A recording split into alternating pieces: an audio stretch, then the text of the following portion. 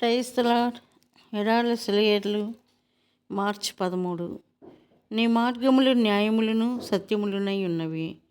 ప్రకటన 15:3-4.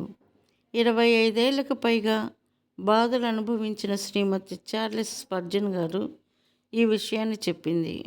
ఒకరోజంతా సూర్యుడు కనబడకుండా మసక చీకటిలోనే గడిచిపోయింది. రాత్రి అయింది. నేను విశ్రాంతిగా పడుకొని ఉన్నాను.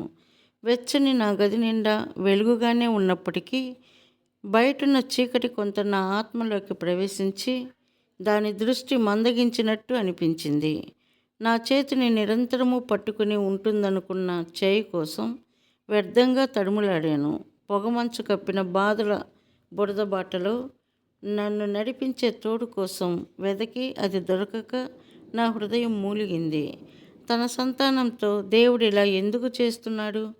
అప్పుడప్పుడు నా చెంతకి ఈ పదునైన చేదు బాధను ఎందుకు పంపిస్తున్నాడు? ఆయన బిడ్డలకు నా చేతనైనంత సేవ చేయాలని తహతహలాడే నాలో ఈ బలహీనతలను దీర్ఘకాలం ఎందుకు ఉండనిస్తున్నాడు?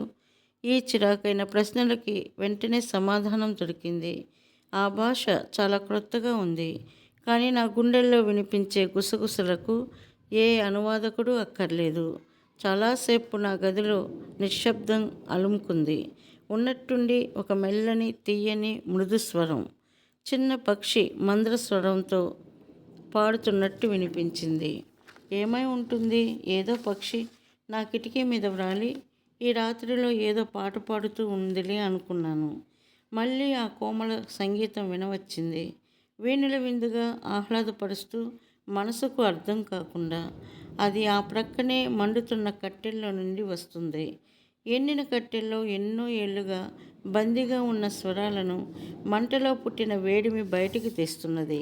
ఆ కట్టె చెట్టులో ఒక భాగంగా ఉన్నప్పుడు, పచ్చగా కలకలలాడుతూ ఉన్నప్పుడు ఆ సంగీతాన్ని దాచిపెట్టుకుందేమో.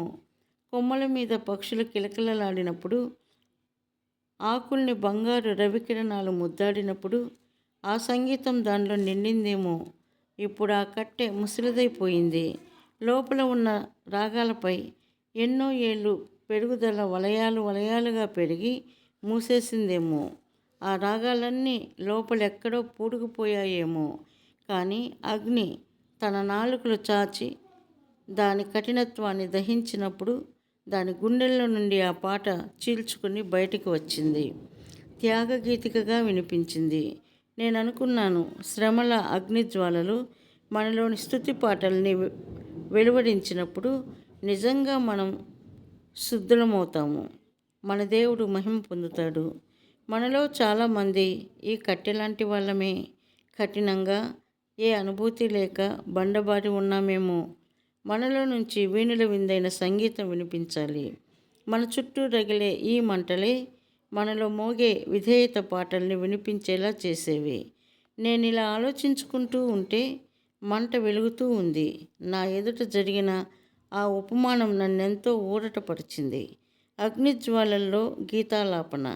అవును, దేవుడు సహాయపడుతున్నాడు. మొద్దుబారిపోయిన గుండెల్లోంచి రాగాలు పలికించడానికి ఇదొక్కటే మార్గమైతే ఈ అగ్నిగుండం ఇంకా వేడిగా చేయనియండి.